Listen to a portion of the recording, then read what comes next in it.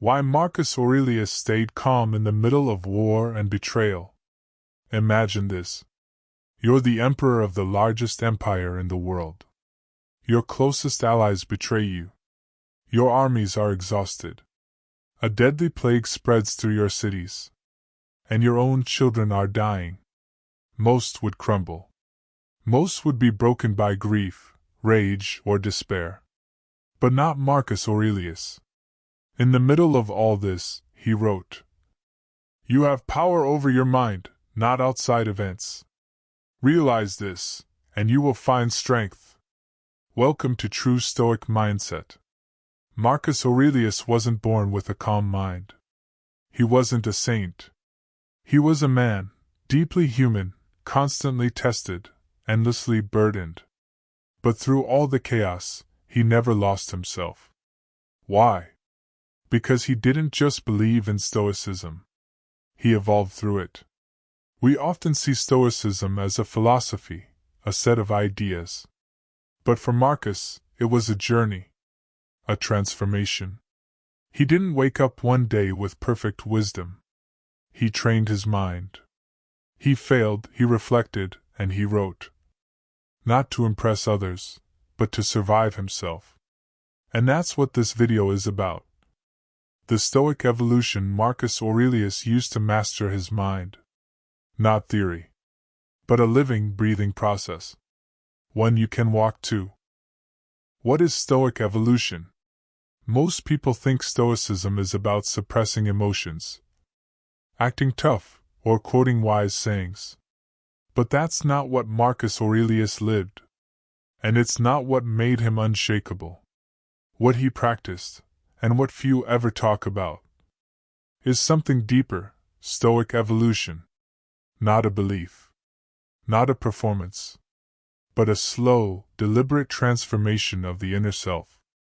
Stoic evolution is the process of moving from emotional reactivity to mental discipline, to spiritual detachment.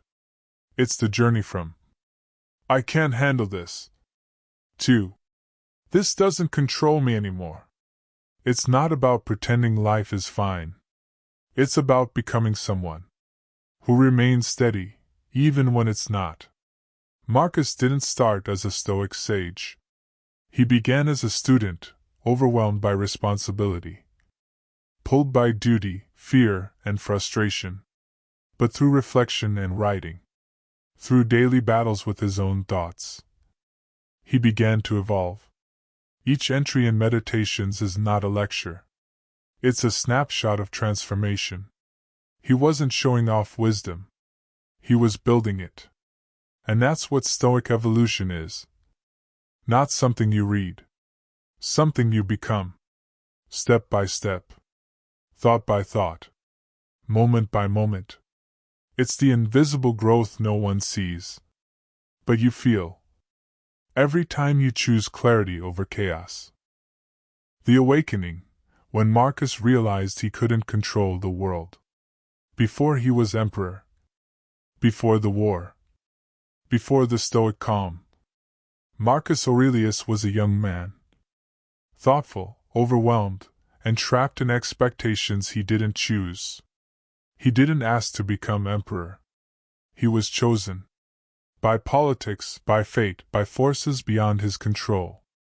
He loved philosophy. But what he inherited was power, pressure, and the burden of a crumbling empire. In those early years, Marcus was surrounded by flattery, manipulation, and ambition. He saw the Senate play games. He watched allies turn into rivals. He felt the weight of millions depending on his decisions. It would have been easy to become bitter, or angry, or detached. But instead, something inside him woke up. He began to ask a different question. What is truly in my control? Not what others think.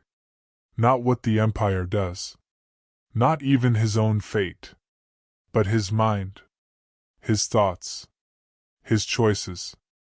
That single shift, from external obsession to internal ownership, was the beginning of his Stoic evolution. He wrote, "You may not control events, but you can control how you meet them. This wasn't just a nice idea. It was survival. In a world where he couldn't predict tomorrow, he began to train what he could command. His inner world. And this awakening changed everything. Every Stoic journey begins here. Not with perfect calm, but with painful clarity. The world isn't mine to control, but my response is. That realization doesn't make life easier, but it makes you stronger. And for Marcus, it was the first step from being a prisoner of circumstance to becoming the master of his mind. The discipline, how Marcus trained his mind like a warrior. After the awakening came the hard part. Training. Not the kind of training you can show off. The kind no one sees, but you carry in your eyes. Because clarity without discipline is like a sword without a hand to hold it. And Marcus Aurelius chose to train like a Stoic warrior. The empire was falling apart. War on the frontiers. Famine in the cities. Plague wiping out families, including his own children. Political betrayal from men he once trusted. He had every reason to break. Every excuse to rage, to despair, to shut down. But he didn't. Instead, he picked up a pen. He wrote meditations. Not to publish. Not to impress.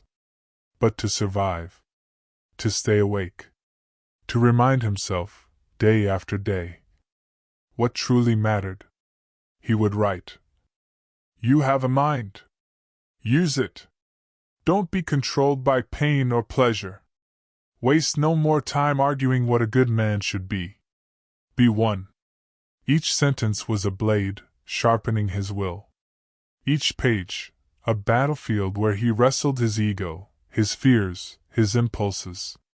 He didn't write as a man who had conquered emotion. He wrote as one who confronted it every day, and chose not to bow. That's the Stoic way. Not to feel nothing, but to feel everything. And still act with reason. Still choose what's right over what's easy. Discipline and Stoicism means this. To stand still in the storm. And act from principle, not pressure. Marcus trained like this daily. Not in silence and comfort, but in the fire of grief, frustration, and exhaustion. He didn't seek control over others. He sought control over himself. Because in Stoicism, the highest power is not domination. It's self-command. And that's what Marcus practiced. One breath, one thought, one decision at a time. The transcendence. When Marcus lived with an unshakable mind. There comes a moment in every journey. When effort becomes nature. When discipline becomes presence. When the storm outside no longer stirs the storm inside. Marcus Aurelius reached that place. And he wrote from there. Not with urgency, but with stillness. In his later writings, the tone changed. No longer was he wrestling with himself. He was witnessing life from a deeper place. He wrote calmly about death. His own death. About betrayal, loss, and impermanence. Not with bitterness, but with quiet understanding. You could leave life right now. Let that determine what you do, say, and think. That's not despair. That's transcendence. Transcendence is not the absence of emotion. It's the absence of attachment to emotion. It's when anger comes, but you don't grab it. When fear whispers, but you don't obey. When sadness visits, and you greet it, but don't let it stay too long. Marcus didn't escape suffering. He absorbed it, understood it, and let it go, without letting it define him. That's Stoic transcendence. To be fully present in the pain, and still free from it. By this point, Marcus didn't write to remind himself of the Stoic path. He embodied it. It became the lens through which he saw everything: time, duty, nature, the soul. Even when he knew the end was near, he wrote with peace. Because the man who once asked, "What is in my control?" had become someone who needed to ask no more. He had become untouchable. What makes Marcus' Stoic evolution so relevant today? You might wonder. Marcus Aurelius was an emperor, with power, armies, and palaces. How could his inner journey possibly apply to your life? But here's the truth. Marcus didn't write about palaces. He didn't write about ruling. He wrote about frustration, fear, pain, overthinking, the need to be good, and the struggle to stay that way. In short, he wrote about being human.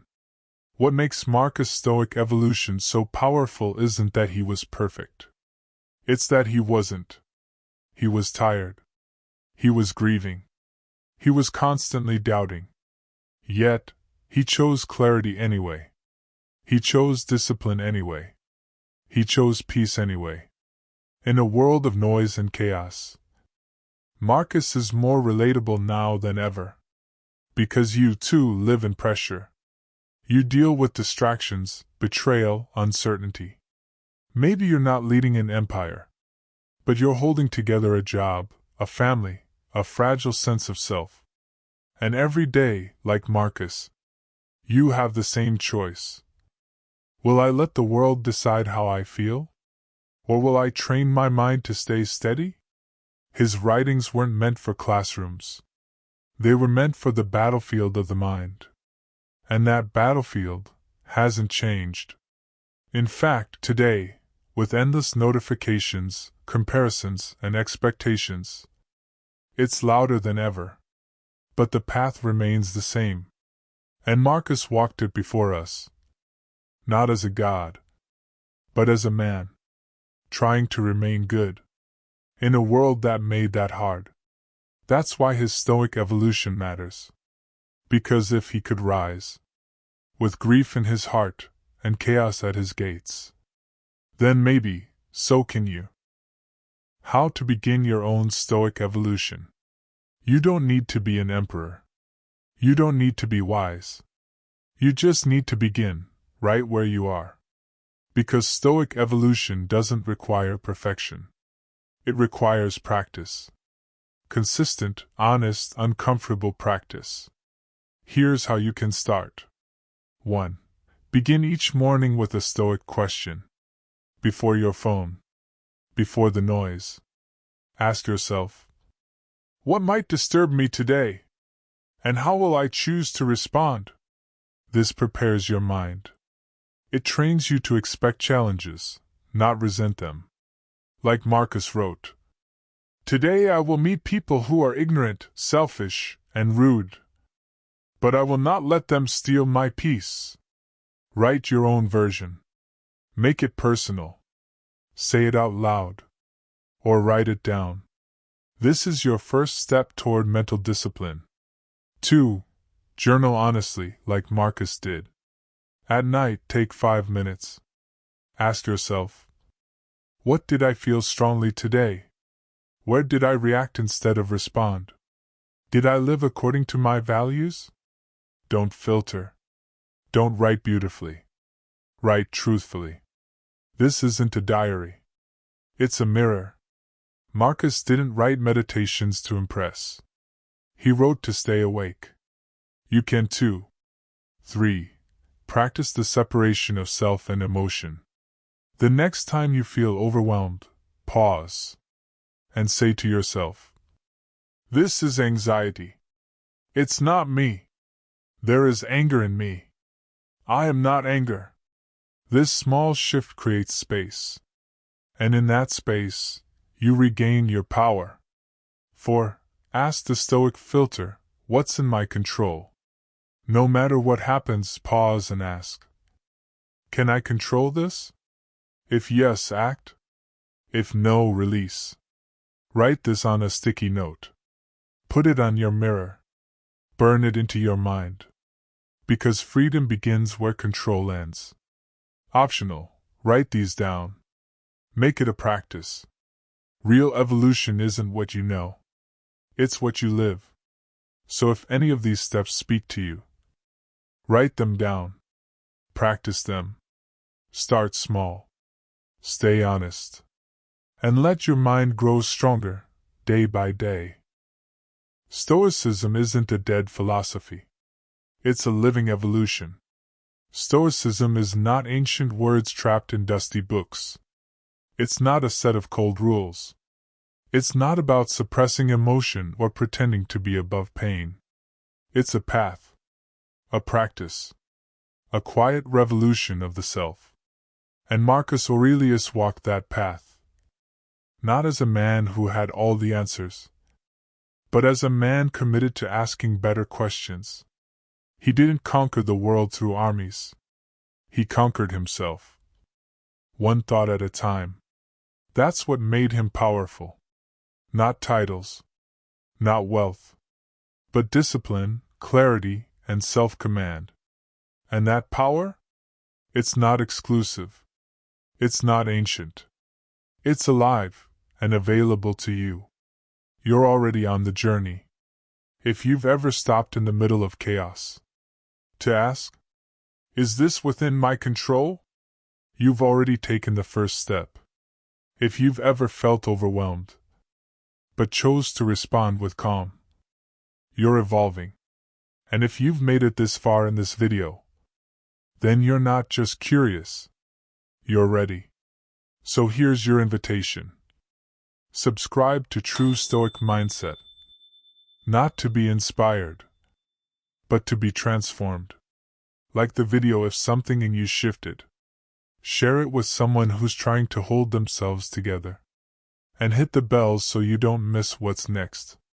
More importantly, leave a comment below. Which stage of Stoic evolution are you in right now? What challenge are you working through? Your journey might be exactly what someone else needs to hear. We're not just building a channel. We're building a space for clarity, strength, and becoming unshakable.